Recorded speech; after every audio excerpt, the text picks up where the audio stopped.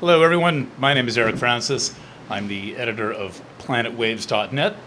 And for those of you who aren't familiar with my work prior to being an astrologer, I was and remain an investigative reporter who covers science fraud.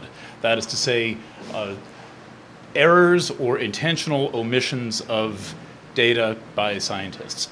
And for a while, I have been listening to, seeing, hearing, reading, including reading about myself in Neil deGrasse Tyson's book called The Pluto Files, numerous assaults and insults and attacks on the astrological profession and the practice of astrology.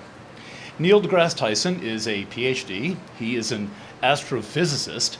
And just to give you an example, I am a great fan of Paris Hilton. I just am. But as much as I love Paris Hilton, I would not seek out her advice on automotive repair. And for a similar reason, I would not seek information about astrology from an astronomer. It's true, we use the same planets, and we all love the sky, but still, astronomers are not astrologers. But astronomers are scientists, and scientists have an obligation to follow the scientific method. And this is where I have an issue with Neil deGrasse Tyson.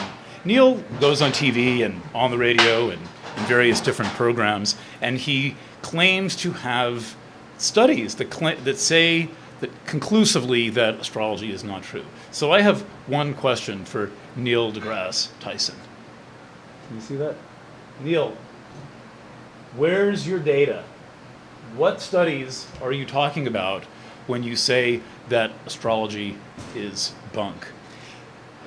The assertion of a scientist, the claim or the statement of a scientist, is not the same thing as a finding of a scientific study.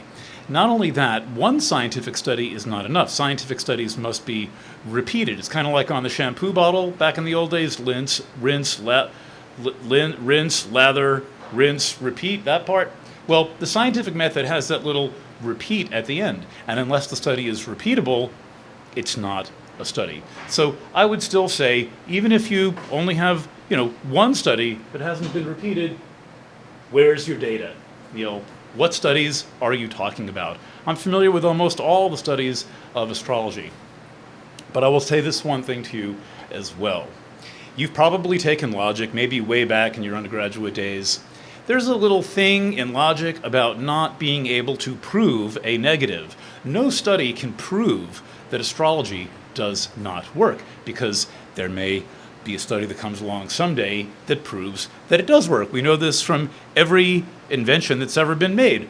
One day, it was impossible that people would fly around in the sky like birds. And then the next day, people were flying around in the sky like birds. So something that was actually considered to be impossible now is suddenly possible. So question one, where's your data? Question two, how can you prove a negative?